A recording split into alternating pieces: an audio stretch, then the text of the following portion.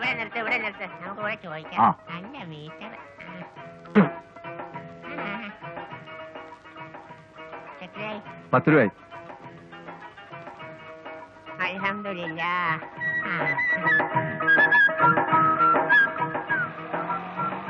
അപ്പളേ കിളവി. ആരുണ്ട് ഇതിന്റെ കളവി? എന്നാ ശരി കന്യകേ, ഈ ഭരതന്റെ വീട് എവിടെയാ? ചോദിച്ചിട്ട് ഒരു മനുഷ്യനെ അറിയാൻ പാടില്ല. ആ ഭരതൻ എന്ന് പറഞ്ഞ ആർക്കും മനസ്സിലാവില്ല. വിത്തൗട്ട് ഭരതൻ എന്ന് പറയുന്നു. വിത്തൗട്ടാ? എവിടെയാ? ആ കാണുന്ന വീടാ. അതാണ്. അപ്പൊ വലിയ ഉപകാരം മക്കളെ. അയ്യേ, ഈ സാധനത്തിന് എവിടുന്ന് കെട്ടിയെടുത്തതാ? തലശ്ശേരിന്ന്. അപ്പൊ വരട്ടെ കന്യകേ.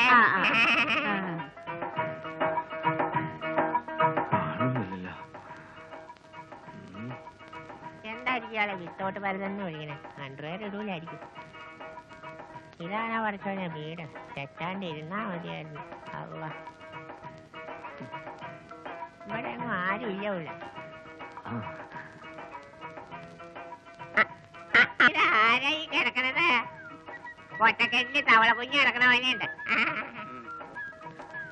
ആരാ? മനസ്സിലായില്ലല്ലോ. നിനക്കെന്നെ മനസ്സിലായില്ല അല്ലേ? നീ എന്റെ മുഖത്തോട്ട് സൂക്ഷിച്ചു നോക്കിയിട്ട് പറയാടാ, നിനക്കെന്നെ മനസ്സിലായില്ലെന്ന്. ഇല്ല, മനസ്സിലായില്ല. എല്ലാം ഇന്നലെ കഴിഞ്ഞ പോലെയാ എന്റെ മനസ്സിൽ കിടക്കണ. നിനക്കോർമ്മയുണ്ടോന്ന് എനിക്കറിയില്ല. നീ 3ാം ക്ലാസ്സിൽ പഠിക്കുമ്പോ സ്കൂൾ ആനിവേഴ്സറിക്ക് പാടാൻ ഒരു പാട്ട് പഠിപ്പിച്ചാട്ടേത്താ എന്നും പറഞ്ഞ് നീ ഓടി വന്നപ്പോ ഈ മടിയിലിരുത്തിയ നിനക്ക് ഞാനൊരു പാട്ട് പഠിപ്പിച്ചു തന്നത്. കദളിവായ കയ്യിലിരുന്ന് കർത്തവാക്കയിന്നു വിരുന്നു വിളിച്ചു വിരുന്നുകാരാ വന്നാട്ടെ എന്നിട്ട് 1ാം സമ്മാനം കിട്ടിയപ്പോ നീ ഓടി വന്നിട്ടാണ് ഈ കവളത്ത് തന്ന ഉമ്മയുടെ ചൂട് ഇപ്പോഴും മറന്നിട്ടില്ല മോനെ.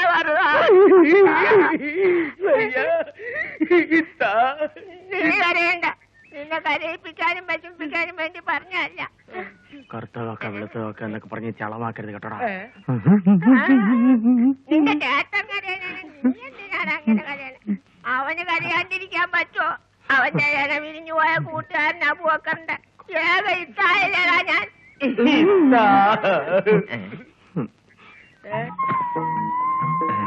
സൂപ്പർ ഉരുപ്പിടിയാണുള്ളത്.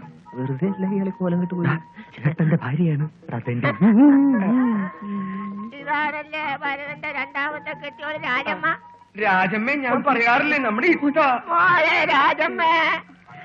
അള്ളാ, മരിക്കുന്നതിന് മുമ്പ് നിന്റെ മുഖം ഒന്ന് കാണാനുള്ള നല്ല രസീവെള്ളമുള്ള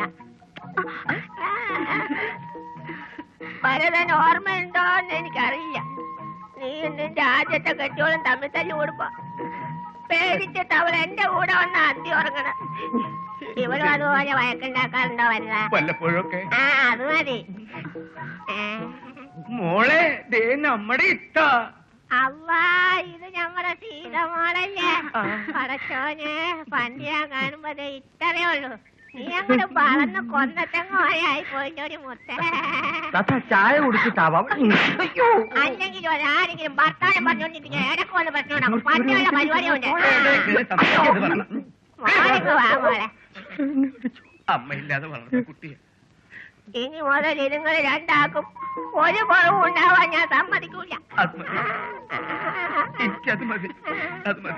സർക്കാർ സാറാമേ, നിങ്ങളൊരു കാര്യം മനസ്സിലാക്കണം. പൊരിയുന്ന വയറിൽ എരിയുന്ന മായം ചേർത്ത പിടിച്ചു പോകരുത്. വെള്ളം ചോദിച്ചാൽ വെള്ളം ചാരായ എടുത്ത് കൊടുക്കാൻ പറ്റുമോ? ചാരായ നിർത്തലാക്കിയില്ല. മറന്നുകൂടാ. പോട്ടാ. നമുക്ക് ആ തള്ളയുടെ കട പൂട്ടിക്കണം. അതിനാ സാറാമ്മയ്ക്ക് ഈ ആഴ്ച പണികൾ കൊടുത്താലേ പറ്റൂ. സാറാമ്മയ്ക്ക് ആരും പണി തരണ്ട. ആവശ്യത്തിൽ കൂടുതൽ പണി സാറാമ്മയ്ക്ക് ഇപ്പൊ തന്നെ ഉണ്ട് കേട്ടാ. ശരിയാ താത്ത. അതെ അതെ. ഈ ചാരായം വാറ്റണം, അത് കുപ്പിയിലാക്കണം, ആൾക്കാരെ കൊണ്ട് കുടിപ്പിക്കണം, അവരുടെ കണ്ണ് കളയണം, കാശും കളയണം. അങ്ങനെ എന്തൊക്കെ പണികള്. വേണ്ടാതിനും പറഞ്ഞ നാട്ടിന്റെ കണ്ണ് ഞാൻ എന്റെ കണ്ണ് കളവള്ള കരിമുടി കൂടുന്നത് തെണ്ടിപ്പട്ടികളെ പോലെ. തെണ്ടിപ്പട്ടി നിന്റെ ഈ നിൽക്കണ കെട്ടിയാടി. 2 പേരും കൂടെയുള്ള ഇടപാട് എനിക്ക് അറിയില്ല വിചാരിക്കില്ല. പള്ളേ നീ വിവരം അറിഞ്ഞോളടി 6 മണിക്ക്. അതുകൊണ്ട് സൂക്ഷിച്ചോ. 70, 280. ആദ്യ ദിവസം തന്നെ 280 രൂപ കിട്ടിയ സ്ഥിതിക്ക് ഇനി ഒരു 6 മാസം കൂടി കഴിയുമ്പോ ഈ ഹോട്ടൽ പൊളിക്കേണ്ടി വരും. അപശകുനം പറയാതാടാ തെണ്ടിയുടെ മോനെ. പൊളിച്ച് കളഞ്ഞിട്ട് 5 സ്റ്റാർ ഹോട്ടലാക്കേണ്ടി വരുമെന്ന്. ഓ എന്ന് എന്നാലേ എനിക്ക് ചെറിയ ആഗ്രഹങ്ങളേ ഉള്ളൂ. ദിവസം 3 നേരം നല്ല ശാപ്പാട്, കയ്യിലും ബാങ്കിലും നിറയെ കാശ്, സഞ്ചരിക്കാൻ ഒരു AC കാറ്, കുടിക്കാൻ വിദേശ സ്കോച്ച്, പിന്നെ ഡെയിലി നല്ലൊരു ഉറക്കം. അത് ശരി. ഞാൻ കരുതി. നീ എന്തോന്ന് കരുതി? ഇല്ല, ഞാൻ വെറുതെ കരുതി.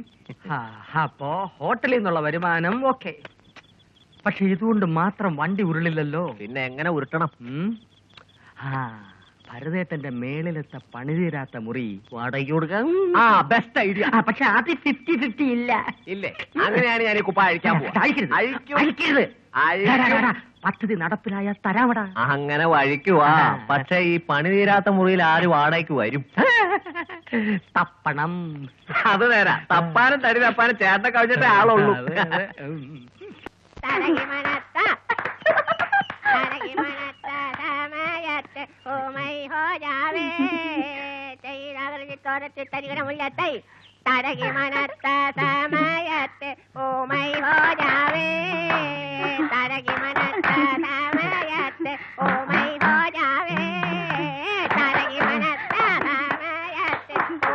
ഹോ. ഒന്ന് എഴുന്നേറ്റ് ഇങ്ങോട്ട് വന്നേ, ഒരു കാര്യം പറയാനുണ്ട്. വേഗം വിട്ടേക്കണ, എന്നിട്ട് വേണം ഇവിടെ തടവാൻ. ഇത്ത പോയിട്ട് വേഗം വരാട്ടോ തങ്കക്കടങ്ങളെ, വേഗം വരാൻ മതി. എന്ത് നല്ല പാട്ടാ. വലിക്കില്ല, ആളുകൾ കാണും. നാറി, മേലിൽ ആവർത്തിക്കരുത്. മേലാവർത്തിക്കാണ്ട് തലയിലാവർത്തിച്ച് കഴിഞ്ഞാൽ തലക്കല്ലേ സുഖം കിട്ടുള്ളൂ. എടാ പുല്ല, നീ എന്റെ വീട്ടിൽ കയറി മേലിലും തലയ്ക്കൊന്ന് സുഖം ഉണ്ടാക്കാൻ വേണ്ട. വാടകയ്ക്ക് ആളെ കിട്ടി. അപ്പോ ഞാനും ഒരാളെ തപ്പിക്കൊണ്ടുവന്നിട്ടുണ്ടല്ലോ. തപ്പിക്കൊണ്ടുവന്നു? ഞാൻ കൊണ്ടുവന്ന ചില്ലറക്കാരനൊന്നുമല്ല, ഒരു എഞ്ചിനീയറാ. ഞാനും കൊടുത്ത ചില്ലറക്കാരനൊന്നുമല്ല, ഡോക്ടർ 1000 രൂപ അഡ്വാൻസ് മേടിച്ചു. എനിക്കിനി വാക്ക് പറയാനൊന്നും പറ്റില്ല. പിന്നെ എനിക്ക് വാക്ക് പറയാൻ പറ്റുമോ? ഞാനും വാങ്ങി രൂപ 1000 അഡ്വാൻസ്. ആളെ ഇവിടെ മുറിയിൽ ഇരുത്തിരിക്കുക. നീ വാ. ഞാനങ്ങോട്ട് വരില്ല, പുലിയോലാവും. എന്ന് പറഞ്ഞാൽ പറ്റില്ല. നീ വാ. ശരിയാവില്ല. എന്നൊരു കാര്യം ചെയ്യാം, നമ്മൾ രണ്ടുപേരും വാക്ക് മാറണ്ട, രണ്ടുപേരും കൂടി ഒരുമിച്ച് ഒരു മുറി താമസിച്ചോട്ടെ. അതെയോ? എന്നാ പോവാ. സൂര്യ നെല്ലിക്ക. ഇയാള് ഇവിടെ പോയി കിടക്കുന്നത്.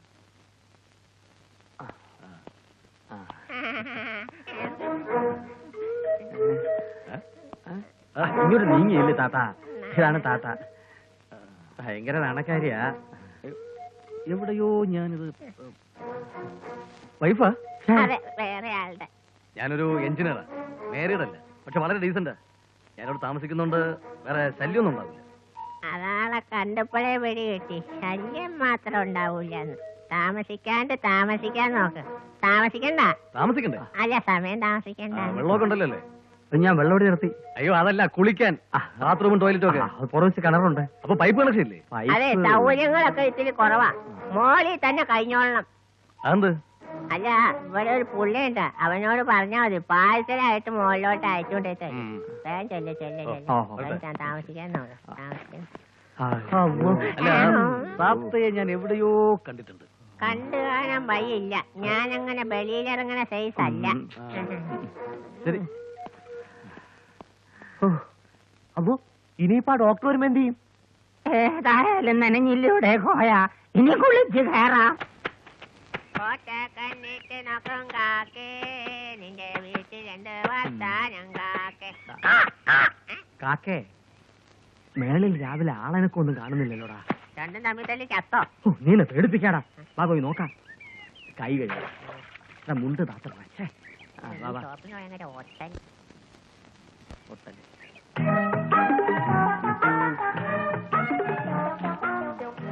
വിദ്യാഭ്യാസത്തിന്റെ ഗുണമാ. ഒത്തൊരുമയോടുള്ള കിടപ്പ് കണ്ടോ? സയാമി സിരട്ടകൾ തോറ്റു. ഒരുമയുണ്ടെങ്കിൽ ഒലക്കപ്പുറത്തും കിടക്കാം. ഒലക്കപ്പുറത്ത് കിടന്ന ഉരുണ്ട് വീഴും മോനെ. ഉമാർക്ക് നല്ല ഒരല. ഇങ്ങനെ അഡ്ജസ്റ്റ് ചെയ്യുന്ന തെണ്ടികളാണെങ്കിൽ നമുക്ക് 2 പേരെ കൂടി താമസിപ്പിച്ചാലോ? നീ എന്തെങ്കിലും പറഞ്ഞോടാ? ഞാൻ പറഞ്ഞു. പിന്നെ ആര് പറഞ്ഞു? യോമാർ ഉറങ്ങി. രാഘവ, രാഘവ. ഓ എന്താ ഇവിടെ? ഞാൻ താത്തയ്ക്ക് മേൽഭാഗം കാണിച്ചു കൊടുക്കേ. നല്ല വൃത്തികേടുള്ള ബിൽഡിങ്. അത് ഈ തേപ്പും കൂടി കഴിഞ്ഞാ ഒന്നും കൂടി വൃത്തിയാവും. നേരെ നേരെ. ഒന്ന് മാറിയെന്നേ. ഓ. ഞാൻ ഈ മുറി ഒന്ന് വാടകയ്ക്ക് കൊടുത്താലോ എന്ന് ആലോചിക്ക. ആ നല്ല കാര്യ. അതിന് ഇതിന്റെ താക്കോല് കാണാനില്ല. അത് ചേട്ടാ, ഈ താത്താക്ക് അടിക്കടി ചുഴലിദീനം വരും. അത് വരുമ്പോ പിടിപ്പിക്കാൻ ഞാൻ എടുത്തതാ താക്കോൽ പിടിക്കാൻ. എല്ലാത്തിനും ഇടിക്കും ഞാൻ. എന്താ ഒരു ശബ്ദം?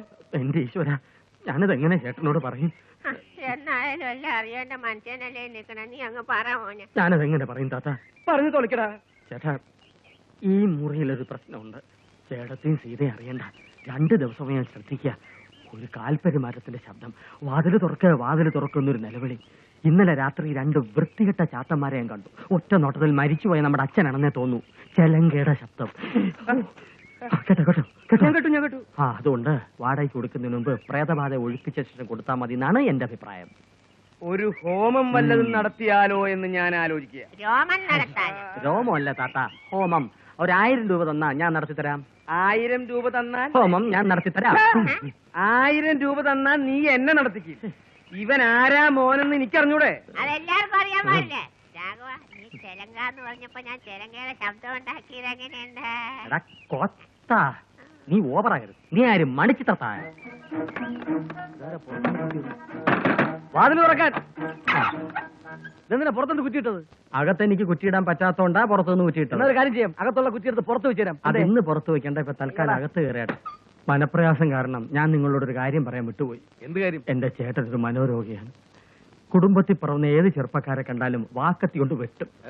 അതുകൊണ്ട് നിങ്ങൾ ഈ മുറിയിൽ താമസിക്കുന്ന വിവരം ഒരു കാരണവശാലും അദ്ദേഹം അറിയാൻ പാടില്ല. ഓക്കെ, അറിയില്ല.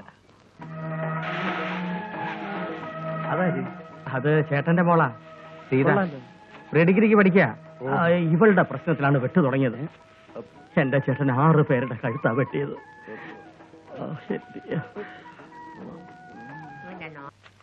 ഓക്കെ, 1000 രണ്ടുപേരുടെയും 2000. താത്താ, ഇത് ബാങ്ക് ഉദ്യോഗസ്ഥനാ ചന്ദ്രൻ. ഇത് പട്ടാമ്പി സംസ്കൃത കോളേജ് അധ്യാപകനാ. പത്രോസ്. പത്രാസ്. ആ, അപ്പൊ മോന്റെ സ്ഥലം എവിടെയാ? ജനിച്ചതാം കോയമ്പത്തൂരാഹ, വളർന്നതാം കേരളത്തിലാഹ, തൃശ്ശൂരിനാഹ. ആഹാ, അപ്പൊ നമ്മുടെ നെഹയുടെ ആളുകളാ. അല്ല താത്ത, ഇത് സംസ്കൃത മലയാളമാണ്. ആഹാ. മോനെന്താ മറിഞ്ഞേക്കണേ? മോന്റെ സ്ഥലം എവിടെയാ? 1967 കേരള സംസ്ഥാനത്തിലെ ഏറ്റവും ഉയരം കൂടിയ ജില്ലയായ വയനാട്ടിൽ ജനിക്കേണ്ടിയിരുന്ന ഞാൻ അച്ഛനും അമ്മയും കൂടി ചില സാങ്കേതിക കാരണങ്ങളെല്ലാം ഉപേക്ഷിച്ച് തിരുവനന്തപുരത്ത് എത്തിയതിനാൽ തിരുവനന്തപുരത്ത് പൂജപ്പുരയിലെ കൊച്ചു റൂമിൽ സുഖമായി പ്രസവിച്ചു. ഞാനല്ല, അമ്മ. സൂപ്പർ വാഷിൽ വന്നോണ്ടായിരിക്കും മോനെ ഇത്ര സ്പീഡ്. വിളക്കവിടെ മോനെ ഒരു ചായ. 1 2 മൊത്തം 3 ചായ.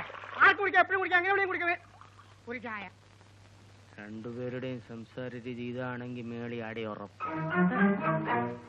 അതെന്താ? അതെന്താന്നോ, അടി ഉറപ്പുള്ളതാ മേലെ. മേലെ 2 പേര് താമസിക്കുന്നുണ്ട്, പാവത്തുങ്ങളാ. 4 കൂടി നമ്മുടെ കടയിലെ മുട്ട എടുത്ത് ഓംലേറ്റ് ഉണ്ടായി തിന്നാനല്ലേ? താത്ത, ഞങ്ങളല്ല, ഇവര് 2 രൂപ. എന്റെ പൊന്ന് താത്ത, ഇത് ഞങ്ങൾ മേടിച്ച മുട്ടയാണ്. ഓംലേറ്റ് അടിക്കാനുണ്ട്. ഇത് കണ്ട ഓംലേറ്റ് ഷോർട്ട് ഫോം ആണ്. തിന്നോ. ആമ്പിള്ളേർക്ക് ആംബുലേറ്റ് അത്ര നല്ലതല്ല. അയ്യോ, പൊള്ളി പൊളിഞ്ഞേ. അടച്ചവനെ, ഇവന്മാരിങ്ങനെ അടി കൊണ്ട് ചാവണത് കാണാൻ എനിക്ക് വിധി വെക്കാതെ ഈ 5 മേലോട്ട് പിടിക്കണേ റഹ്മാനെ. ഇത് കണ്ടോ മോനെ, ഇതാണ് അടി. കിട്ടുവാണെങ്കിൽ ഇതേ സൈസ് അടി കിട്ടണം. ഈ പാട് കണ്ട, ഇതുകൊണ്ടാണ് ഇനി കഷ്ടപ്പാടും. എന്റെ മോനെ, പെൺകുട്ടികൾ പഴയ പോലെയൊന്നും അല്ല. 1 നോക്കിയാ 2 നോക്കി അടിയാണ്. അല്ലാ, ഇതുങ്ങളെ നടപ്പ് കണ്ടാ പേടിയാവും മോനെ. നമ്മള് കൈ നെറ്റിക്ക് വെച്ചു. അതല്ലേ ഇതുങ്ങൾ ഓടിക്കണ കൂട്ടറിന്റെ പേര്, കൈ നെറ്റിക്ക് കൊണ്ടാ. കിടന്ന് കാറാതടാ. എന്റെ ചേട്ടനിങ് എത്തും. എത്തിയാലത്തെ സ്ഥിതി എന്താണെന്ന് എനിക്കറിയാവോ?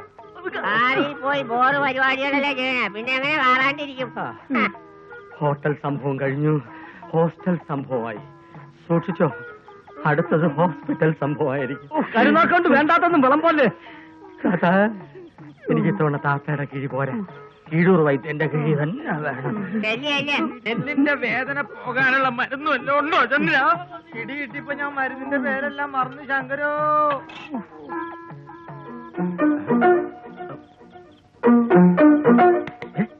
താത്തയുടെ കാല് കേട്ടോ. നീ പ്രായമായാലും വെറുതെ വിടൂലേടേ. അതല്ലെന്ന്, ആ കാലിലെ മസിൽ കണ്ടായിരുന്നു. ആണുങ്ങളുടെ കാല് പോലെ. പോലെയൊന്നുമല്ല, ആ നിന്റെ കാല് തന്നെയാ. ദേ, ഞാനിപ്പോ തറപ്പിച്ച് പറയുന്നു, താത്ത നമ്മളെക്കാളൊക്കെ ഫ്രാഡാണ്. താത്ത പെണ്ണല്ല, ആണാണ്, ഉറപ്പാ. ഒന്ന് പോടാ. എന്റെ കൂടെ ശങ്കരെ, താത്ത കിഴിവെച്ചപ്പോ എനിക്കും തോന്നി ഭയങ്കര ശക്തി.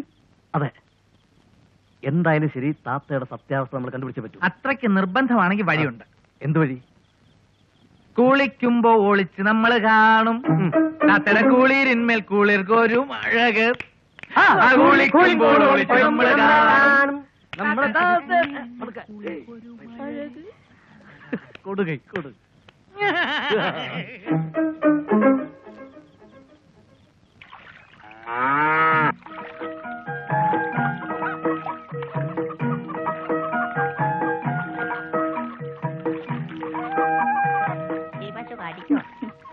എന്റെ മോളെ, നിനക്ക് എന്തു പറ്റി? നീ ഞങ്ങള് കോലം കെട്ട് പോയില്ലോടിയുള്ളേ കുളിക്കാഞ്ഞിട്ടാ. ഇന്ന് നല്ല പണിയായിരുന്നു. ഇനി വൈകിട്ടേ കുളിക്കൂ. മനുഷ്യനായാലും മൃഗായാലും രാവിലെ കുളിച്ചിരിങ്ങി ഒരു വായിക്കും കൊള്ളൂല. കുളിച്ചില്ല എന്തൊക്കെ അസുഖം വരുന്നേന്നറിയാവോ?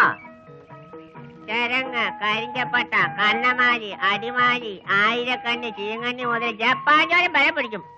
മോള് വേഗം ചെന്ന് കുളിക്കാൻ നോക്ക്. അപ്പൊ താത്തേക്ക് വിളിക്കണ്ടേ? നിസ്സാര കുളിയൊക്കെ തെറ്റിയിട്ട് കാര്യം എത്രയായി. മോള് വേഗം ചെന്ന് കുളിക്ക്. ചെന്ന് സോപ്പും തോട്ടമൊക്കെ എത്തുണ്ടോ? വേഗം ചെല്ലും. അല്ല, പുള്ള കുളിച്ചാൽ തള്ളക്ക് കേടില്ല എന്നല്ലേ പ്രണാമം. ഞാനിത് ഇളക്കി കുളമാക്കാം. പശുമോളെ, വേഗം ചെന്ന് കുളിച്ചിട്ടോ. വേഗം കുളിച്ചിട്ട് വരാൻ ഞാൻ. അപ്പോ വേഗം ഒന്നും കുളിക്കണ്ട. നല്ല സമയമൊക്കെ എടുത്ത് ദേഹമൊക്കെ ശരിക്കും തേച്ച് വൃത്തിയാക്കി കുളിച്ചോ. വെളുക്കട്ടെ.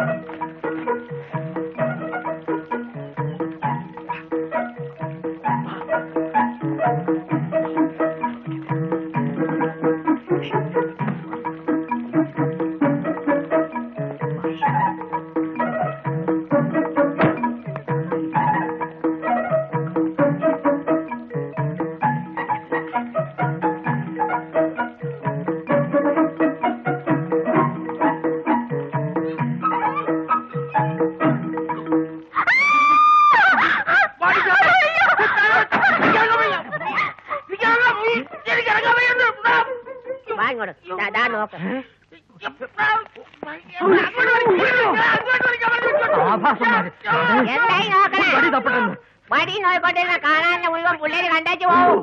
പിന്നെ നോക്കണം. വാ ഇങ്ങോട്ട്. നോക്കിക്കൊണ്ടാ ഇതേത് കാലന്റെ കാല വലിക്ക് പുറത്തേക്ക് ഇടുവാനാ.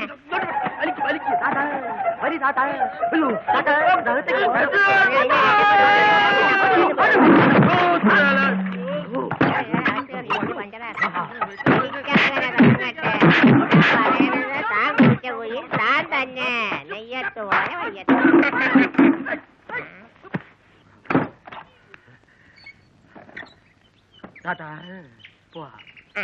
വരട്ടെ മോനെ. ചന്ദ്ര, പത്രത്തെ ആരെങ്കിലും ഒരു മുണ്ട് കൊണ്ടുപോടാ.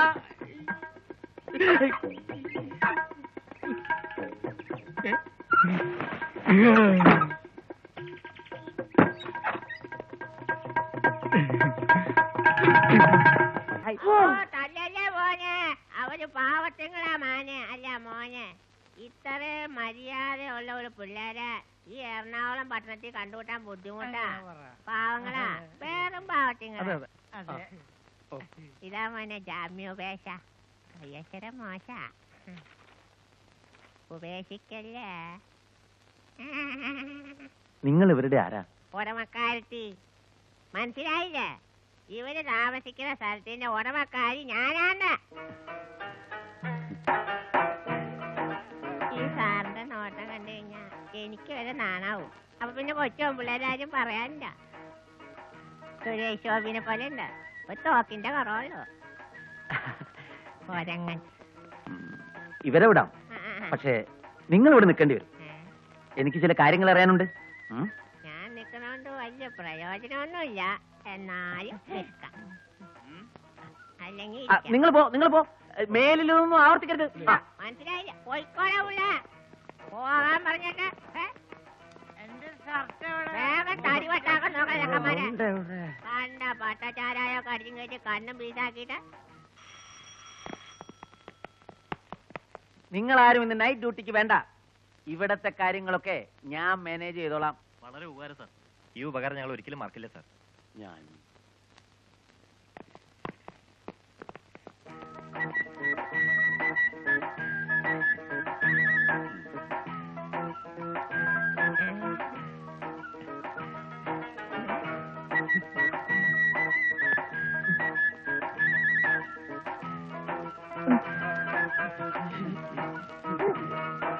പോലീസുകാർക്ക് എന്തെങ്കിലും സംശയം തോന്നിയിട്ടുണ്ടാവൂ?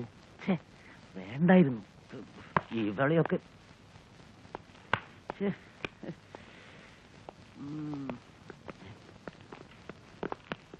താത്ത എവിടെ സാർ? എവിടെ? ദാ കിടക്കുന്നു നിന്റെ താത്ത. താത്തക്ക് എന്ത് പറ്റി സാർ?